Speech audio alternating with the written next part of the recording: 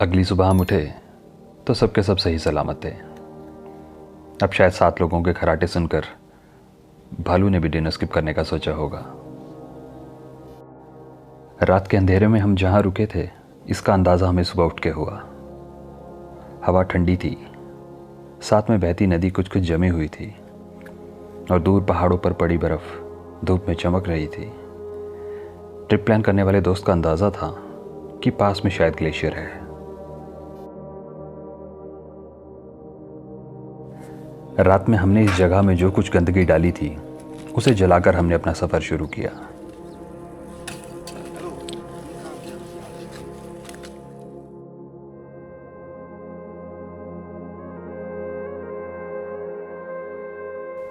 अभी हमें निकले 5 से 10 मिनट ही हुए होंगे कि सामने हमें सुबह की ठंड का कारण दिखा, द्रंग द्रुंग ग्लेशियर। काराकोरम रेंज में सियाचिन ग्लेशियर के बाद द्रंग द्रुंग ग्लेशियर लद्दाख का सबसे बड़ा ग्लेशियर है। यहाँ से स्तोद नदी निकलती है जिसे डोडा नदी भी कहते हैं। यह नदी पदम के पास पुणे गांव से आने वाली लुंगनक नदी से मिलकर ज़ंस्कार नदी बनाती है।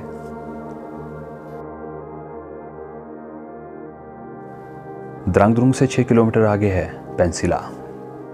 यह माउंटेन पास 14,400 फीट के अल्टीट्यूड पर है और इसे गेटवे टू ज़ंस्कार या गेटवे टू पदम भी कहा जाता है। पेंसिला पर ज़ंस्कार वैली ख़त्म होती है और यहाँ से आगे सुरू वैली शुरू होती है।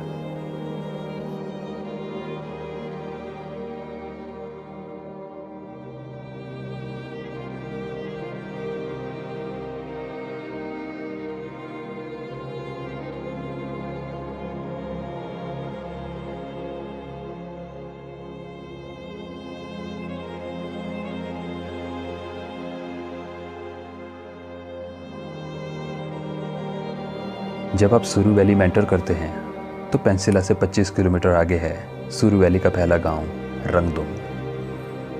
रंगदुम अपने चरागाहों के लिए जाना जाता है। जम्मू कश्मीर के चरवाहे, जिन्हें बकरवाल कहते हैं, हर साल गर्मियों में अपनी भेड़ बकरियों को यहाँ चराने लाते हैं।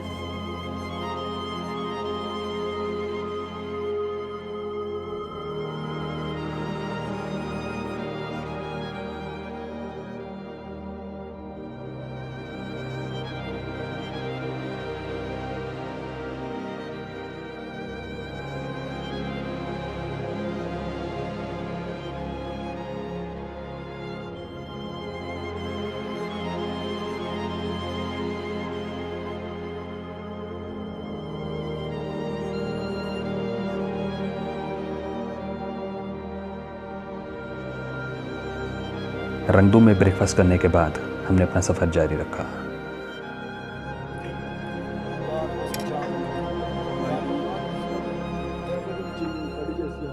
रंगदुम से कारगिल लगभग 130 किलोमीटर दूर है।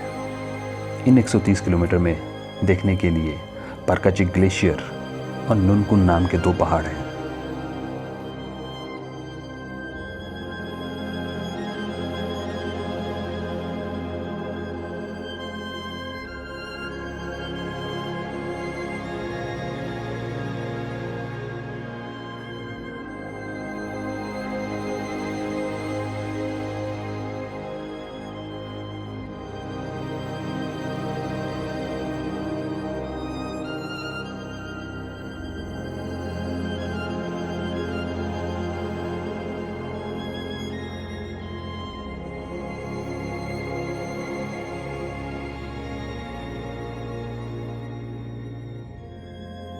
तकरीबन दोपहर 2 बजे हम कारगिल पहुंचे।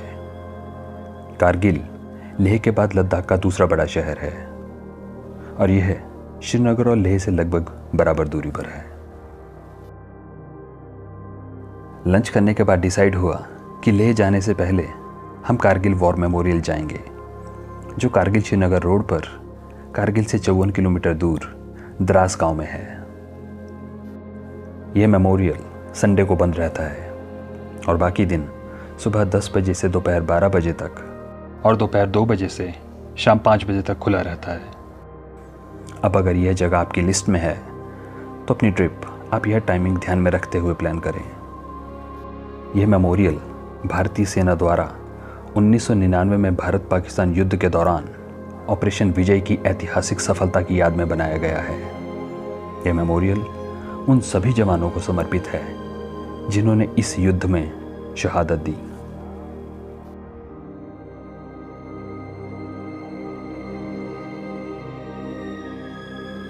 यहाँ कैप्टन मनोज पांडे के नाम से एक वॉर गैलरी भी है, जहाँ युद्ध से जुड़ी तस्वीरें, सेना द्वारा इस्तेमाल किए गए हथियार, पाकिस्तान से जब्त किए हथियार जैसी कई चीज़ें हैं।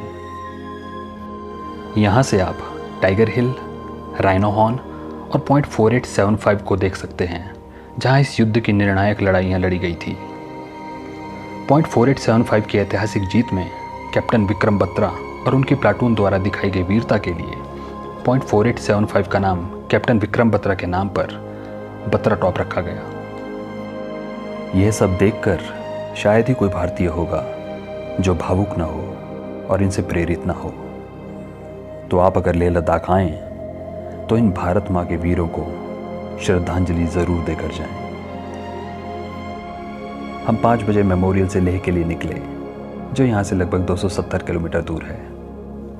कारगिल से लेह के बीच आपको नामिका ला और फोटूला पास क्रॉस करने पड़ते हैं। देखने के लिए लामा युरु गाँव है, नीमू गांव के पास सिंधु और ज़ंस्कार नदियों का संगम है और पत्थर साहिब गुरुद्वारा जैसी कुछ जगहें हैं।